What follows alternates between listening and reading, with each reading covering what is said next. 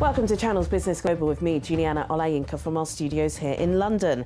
Over the next half hour, we'll be looking beyond the business headlines by giving you in-depth perspective on the stories that are affecting all of us. Coming up on today's show, I'll be speaking with JJ Omojuwa, activist and the author of Digital, the New Code of Wealth. The digital economy is worth $3 trillion globally. He'll be sharing insights on how ordinary Africans can tap into the lucrative market. And with the diaspora being urged to invest their money back home, I'll be speaking with the publisher of the popular property titles Castles and Highbrow Living.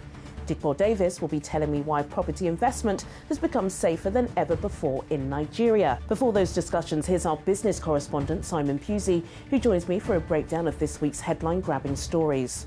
Yes, thank you, Juliana. The president of Emirates, the biggest long-haul airline in the world, says the aviation industry needs to do more to help counter climate change. Sir Tim Clark said the stark reality of climate change is with us, and we in the aviation industry aren't doing ourselves any favours by chucking billions of tonnes of carbon into the air.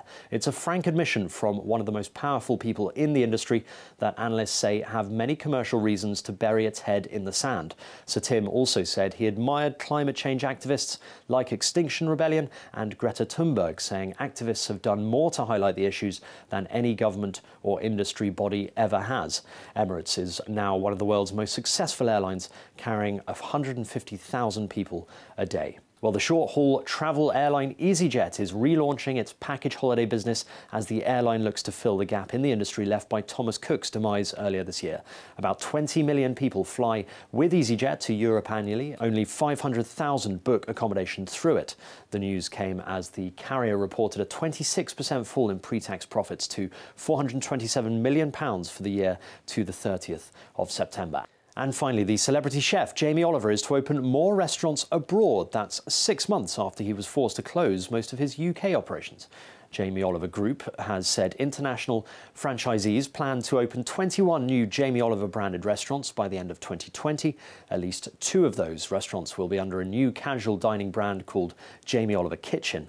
In May, the UK business fell into administration with 1,000 jobs lost. However, while the UK group, which included the Jamie's Italian chain, collapsed, the international business stayed afloat. It has 70 restaurants, all of which are run as franchises, in 27 markets worldwide. Thank you, Simon. Here's some other business news from across the globe. Earlier this week, Japan's lower house of parliament approved on a limited US trade deal, clearing the way for tariff cuts next year on items including American farm goods and Japanese machinery. The government's proposal to ratify the trade deal will now be brought to the upper house for a vote. Its passage in the powerful lower house increases the chances it will come into force in January. Coty, the American multinational beauty company, has said it will pay $600 million for a majority stake in Kylie Jenner's makeup and skincare businesses.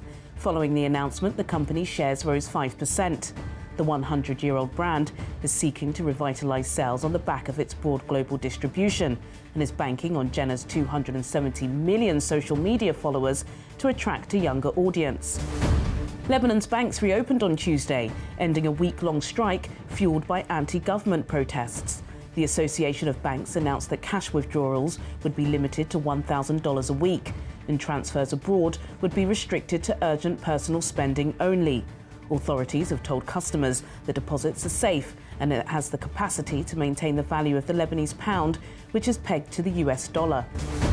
German Chancellor Angela Merkel has called upon African leaders to be more transparent in order to attract greater investment opportunities. Egyptian President Abdel Fattah el-Sisi, alongside leaders from Ghana, Ethiopia and Benin, were speakers at Merkel's G20 Compact with Africa summit in Berlin. The annual gathering has an aim of improving living standards on the continent. Egypt celebrated 150 years of the Suez Canal last weekend. The canal is the fastest shipping route between Europe and Asia and one of the Egyptian government's main sources of foreign currency.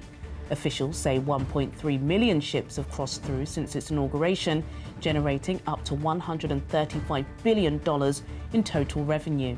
Now, over to our first topic. In recent months, there have been several attempts from stakeholders in Nigeria's real estate market to reassure the diaspora that there are safe and credible steps towards owning their own homes or buying a property for investment income purposes in the country.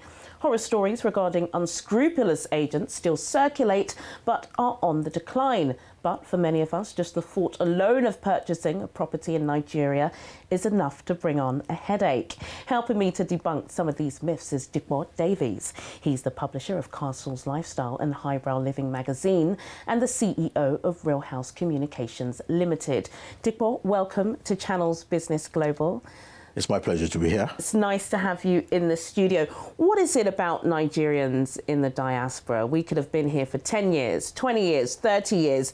We still want to buy a property back home. Well, I think there's an emotional pull. Home, after all, is still home. But for some others, it's a clear-cut investment decision because in terms of returns, property back home can actually outstrip that of the UK or any of the other parts of the world. Really? Yes, it is a growing economy. And you find that if you can position yourself waiting for growth to get to certain areas, capital gains could be as high as 500% over maybe 2-3 years. Wow, that sounds like that's for the business savvy. For many of us ordinary folk, you know, especially those of us that are European born or American born, we are going back. We go back frequently, 3 or 4 times a year. Right. Several will be going back in December, and most of them like staying in really nice hotels in or on the island, and they may rent an apartment. They don't want to buy, or they would like to buy because they've got some capital put aside. Right. But it seems as if it will be, as I said, a headache. How is the industry and people like you trying to debunk those myths? Well, it is true that there are horror stories. We have to face that head on. And I would say the first thing about any real estate transaction anywhere in the world is due diligence. You have to do your due diligence. You can't rely on third-party information. You have to investigate. And I would advise everyone to always take a step back and look at the information that has been given and see if the information has been verified. Having said that, the Lagos State government has come up with a scheme, or rather an office, whereby they want all real estate agents and developers to register.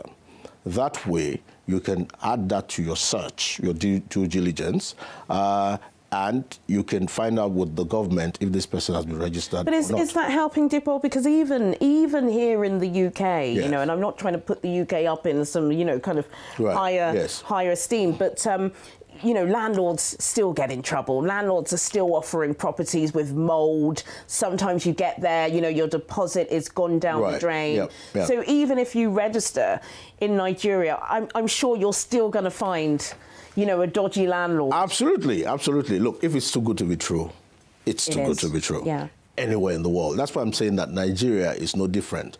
What we find typically is people rely on what someone else has said. No. Rely on what a professional that you have employed has said. Get an estate agent.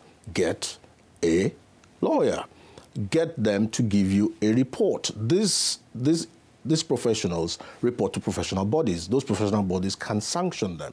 There's an incentive for them to do the right thing. So just saying, my brother said he's bought a plot of land here and it's a great location, and then you go and buy, and then you're sending him money. Now, this is a very interesting one that I have to put out. Okay. So you're sending money to your brother to build for you.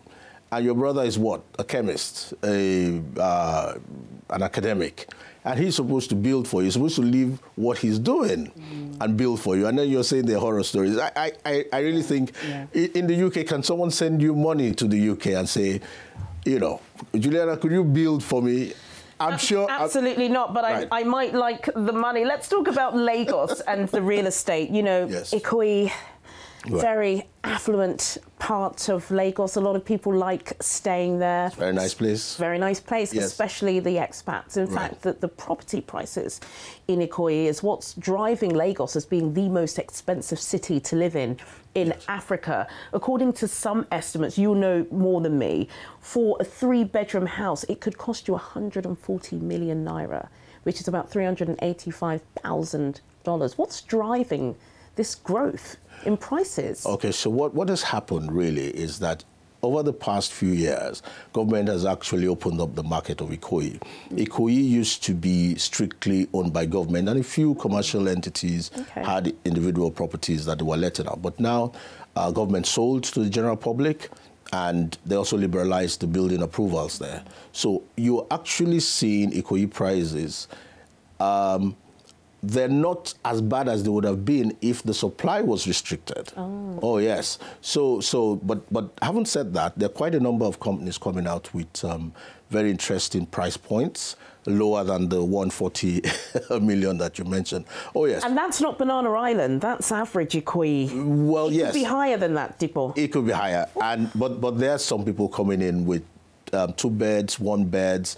What price? Priced in dollars? In about 100. It's a lot of money, especially if you're getting a percentage on that. Here in the UK, Dipo, you know, okay, in London, very expensive, $450,000. The average property price here. If you've got a 15% deposit, you can have those keys. Right, yes. That's not the same in Nigeria, though, is it? On a house in Ikoyi, you're going to have to put down a lot more money.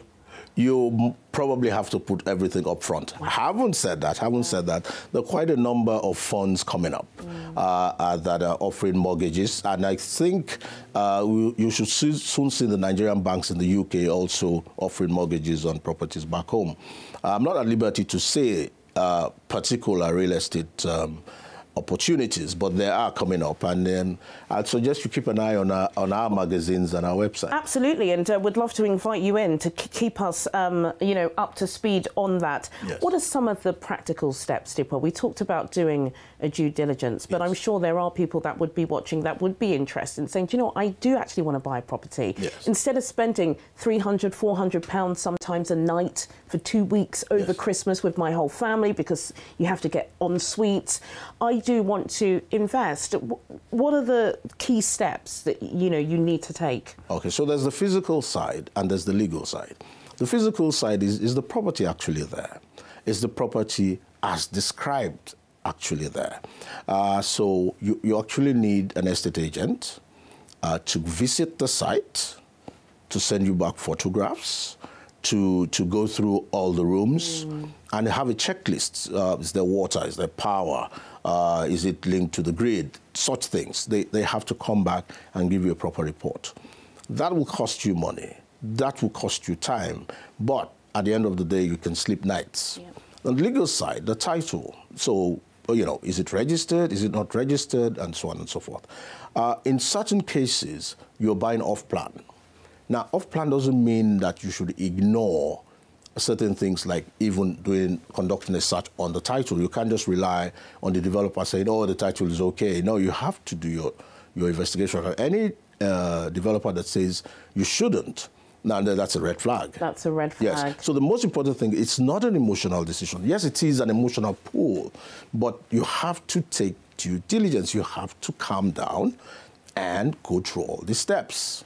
Calm down, go through all of the steps. Yes. And you could, if you can afford it, get a nice 3-bedroom property in Banana Island, Ikoyi. Come on. There are places outside of Banana Island. They're very nice. There are nice places in Lekki. There are nice places in Maryland. There are nice places in the Ikeja GRA. There are nice places coming up in Surulere, around where the National Stadium is. So I think you don't have to, just automatically think of Banana Island. Although Banana Island will suit you to a T, but there are other places in Lagos that you can buy. OK, Dipo Davis, thank you so much for joining us on Channels Business Global. And we'd like to have you back again with all those updates on diaspora mortgage opportunities. Coming up, author JJ Omojuwa will be sharing insights on how ordinary Africans can tap into the $1 trillion digital economy. See you after the break.